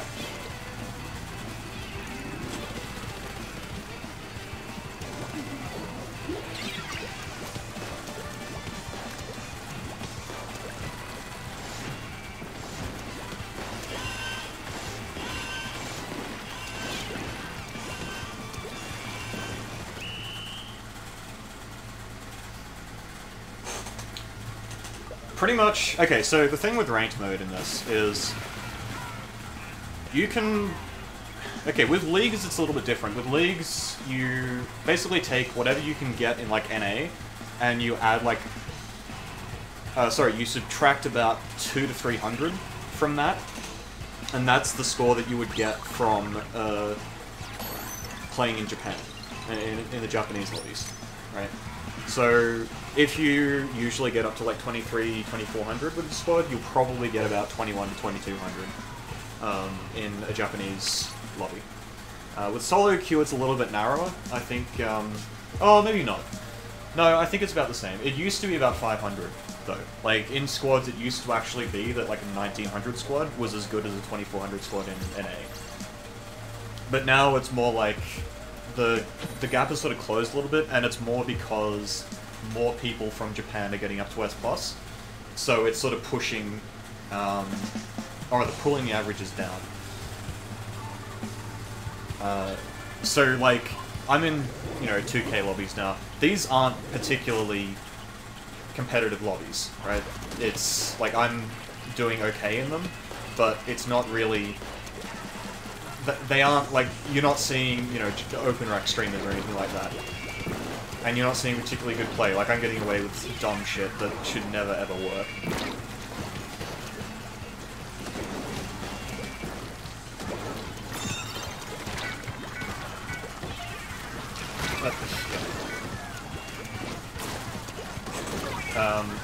And, like, if you go into a European or American lobby, and you have like 2200 average, that's probably about the same level that this is. So, like, if you have a 2200 average from playing in Europe and you go to Japanese lobbies, it's a massive step up.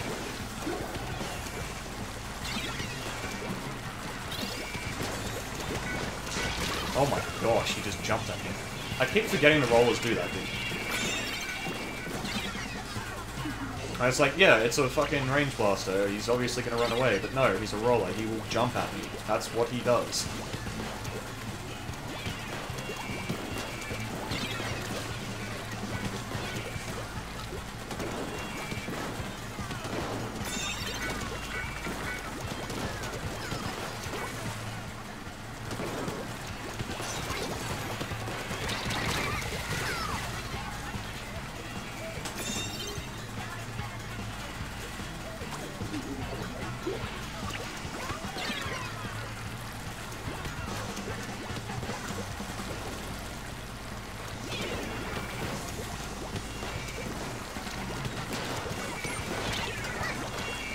Yeah, I had nowhere to go there.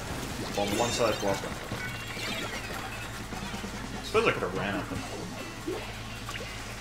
How?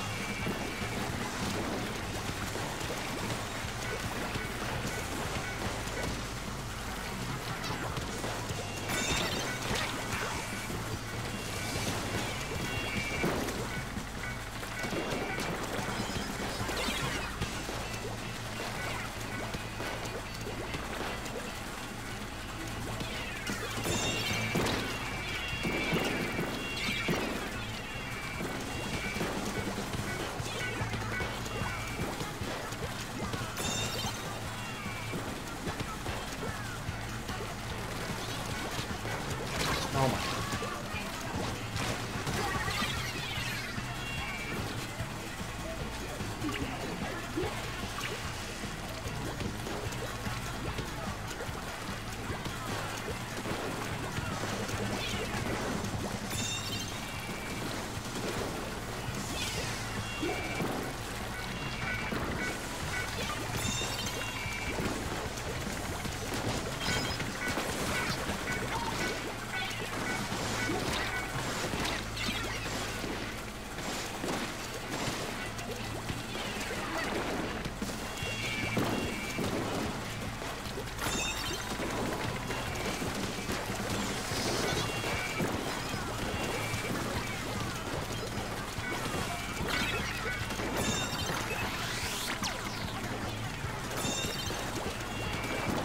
Seriously?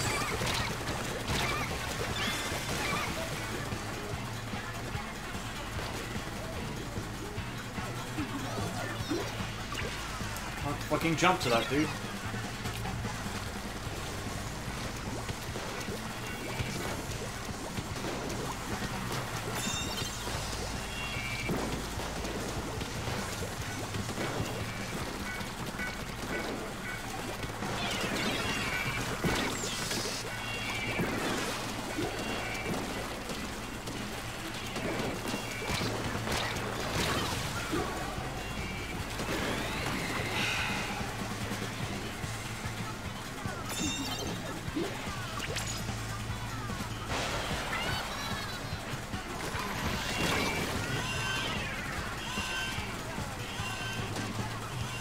Come on. Nice.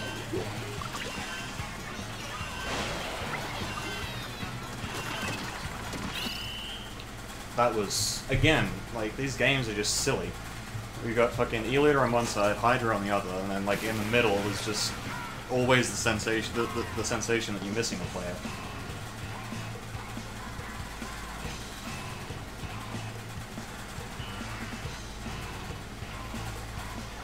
Anyway, that should be right. Somehow.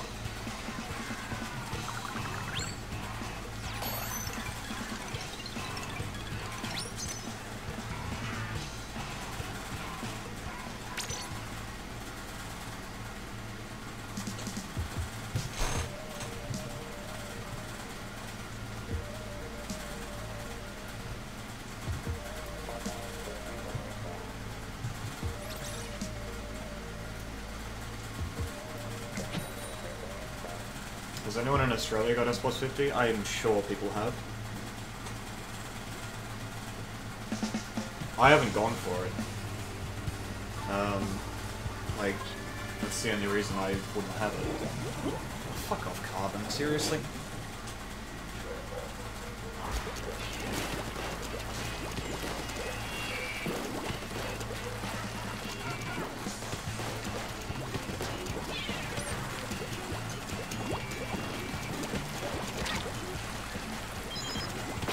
Oh my, okay. They put a line there.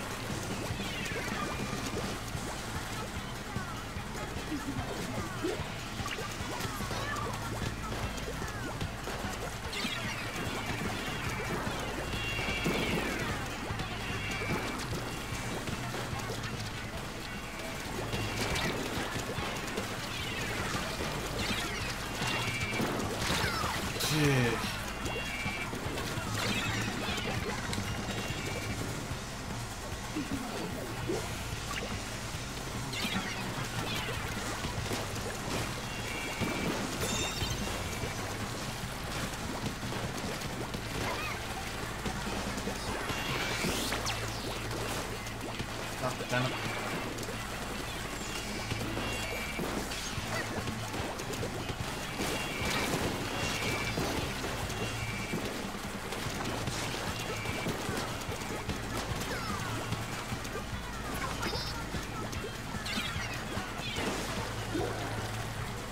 Okay then.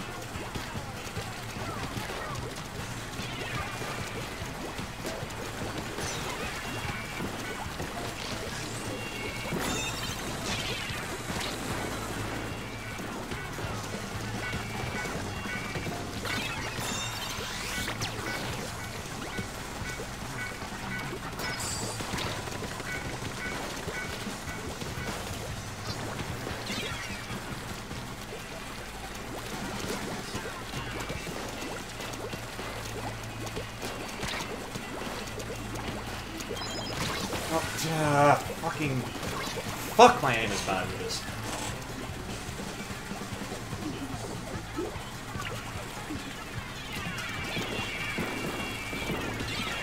I just jumped into fucking blue turf and died. So bad.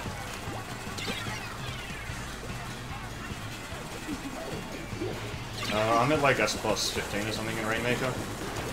Only because I skip ranks. Like, I just don't play the game enough to really have a high rank.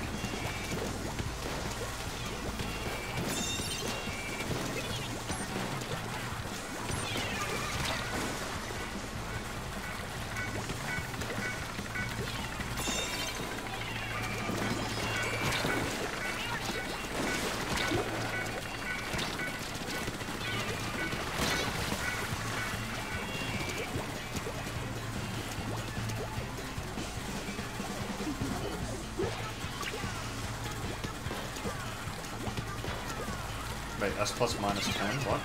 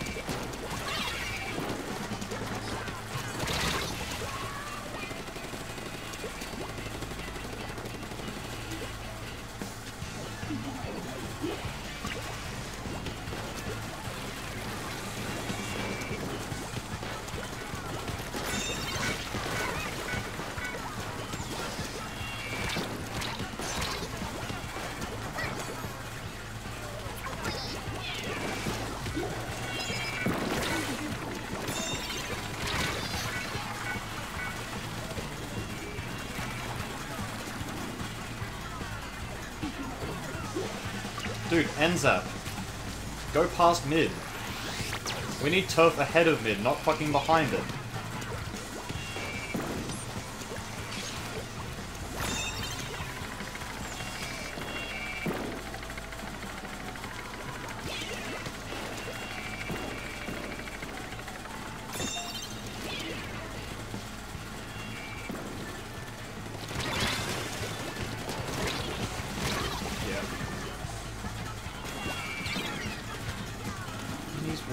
away from the tower.